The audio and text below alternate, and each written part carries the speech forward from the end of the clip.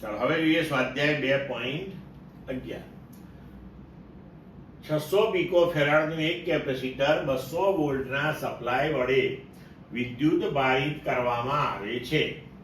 પછી તેનું સપ્લાય સાથેનું જોડાણ દૂર કરવામાં આવે છે અને બીજા વિદ્યુત ભારિત ન હોય તેવા 600 પીકો ફેરાડના કેપેસિટર સાથે જોડવામાં આવે છે.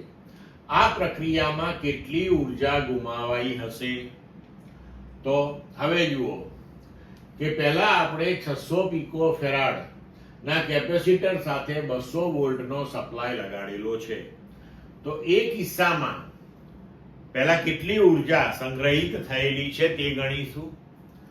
ત્યારબાદ સપ્લાયને છૂટો કરીને બીજું સમાન કેપેસિટર લગાવીએ તો હવે તંત્ર જે થયું બે કેપેસિટરનું એમાં કુલ કેટલી ઉર્જા સંગ્રહિત છે તે આપણે ગણવી પડશે અને ત્યારબાદ એ બે નો તફાવત લઈને આપણે કેટલી ઉર્જા અહીંયા ગુમાવાઈ છે તેની ગણતરી કરીશું. તો હવે જુઓ, પ્રથમ કેપેસિટરમાં સંગ્રહિત ઉર્જા તો કે UI બરાબર હાફ CV સ્ક્વેર. તો કે હાફ C નું મૂલ્ય 600 ગુણ્યા 10 ની માઈનસ 12 ઘાત ગુણ્યા V 200 એનો વર્ગ. આને આપણે સોલ્વ કરીએ તો આપણે જવાબ મેળવીશું 12 ગુણ્યા 10 ની માઈનસ 6 ઘાત જૂલ. હવે સપ્લાય દૂર કરીને આપણે વિદ્યુત ભાર રહિત બીજું કેપેસિટર અહીંયા લગાવીએ છીએ. તો હવે વિદ્યુત ભારના સંરક્ષણના નિયમ અનુસાર અને બંને કેપેસિટન્સના મૂલ્યો સમાન હોવાથી વિદ્યુત ભારની વહેંચણી સમાન થઈ જશે. એટલે કે હવે બંને કેપેસિટર ઉપર વિદ્યુત ભાર Q/2 જેટલો પ્રસ્થાપિત થશે. એટલે હવે Q' બરાબર Q/2. હવે બંને કેપેસિટરમાં ઉર્જા સંગ્રહિત થઈ છે. તો હવે આપણે કુલ કેટલી ઉર્જા તંત્રમાં સંગ્રહિત છે તે ગણીએ. તો કેપેસિટરોમાં સંગ્રહિત કુલ ઉર્જા હવે બરોબર, તો U ફાઇનલ બરાબર U1 પ્લસ U2. બંને કેપેસિટર ઉપર વિદ્યુત ભાર Q' છે તો Q' નો square upon 2C, Q' square upon 2C બંનેનું CC સમાન છે.